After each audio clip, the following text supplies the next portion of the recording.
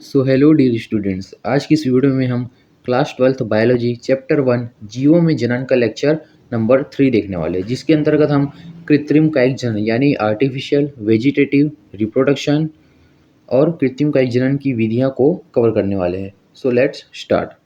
सबसे पहले देखेंगे कृत्रिम कायिक जनन होता क्या है। ठीक है, तो जब नए पौधे का निर्माण जड़, तना तथा पत्तियों से मानव की सहायता से होता है, यानी मानव की सहायता के द्वारा होता है, यह कृत्रिम कायिक जनन कहलाता है। ठीक है, यानी प्राकृतिक कायिक जनन में क्या होता था, जड़, तना और पत्तियों द्वारा तो होता था, पर वह प्राकृतिक रूप से स्वयं ही होता था, जबकि यहाँ जड़, तना और पत्तियों से मानव की सहायता के द्वारा होता है। ठीक है, इसे कृत्रिम कायिक जनन कहते हैं।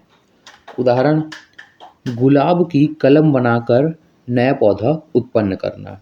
ठीक है, जैसे गुलाब को काट कर उसे चिपका कर गुलाब का एक नया पौधा बना दिया जाता है, ये उसका उदाहरण है। अब देखेंगे कृत्रिम कायिक जनन की विधियाँ। इसके वैसे तो तीन चार विधियाँ हैं, पर इसमें से केवल दो ही सबसे मोस्ट इम्पॉर्टेंट है, तो उन्हें देखेंगे। सबसे पहला है कलम द्वारा, यानी बाय कटिंग। इस प्रक्रिया में विकसित पौधों की टहनियों को काट लिया जाता है।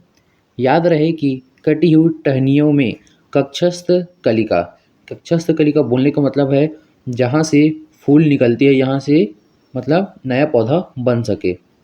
इस प्रक्रिया में विकसित पौधों की टहनियों को काट लिया जाता है। याद रहे कि कटी हुई टहनियों में कक्षस्थ कलिका अवश्य उपस्थित होना चाहिए।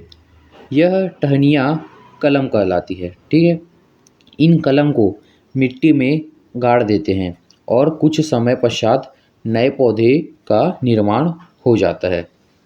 ये यहाँ से इसे काट दिए, इधर ये कक्षस्थ कलिका है, इसको मिट्टी में यानी गमले में से गाड़ देते हैं, ये यहाँ से नए पौधे का निर्माण हो जाता है। ठीक है, ये उदाहरण देखेंगे किस में होता है, तो गुलाब, गुड़हल, कनेर और नींबू। ठीक है, इन पौधों में कलम द्वारा कायिक जनन होता है।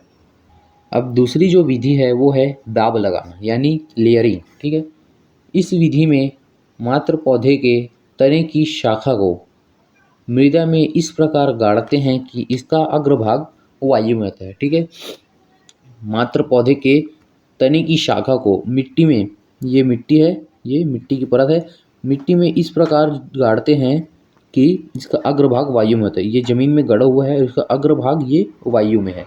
मृदा में दबे भाग से कुछ समय बाद जड़ें निकलती हैं तथा कुछ दिनों में यह भाग पौधे से अलग होकर नया पौधा बना लेता है।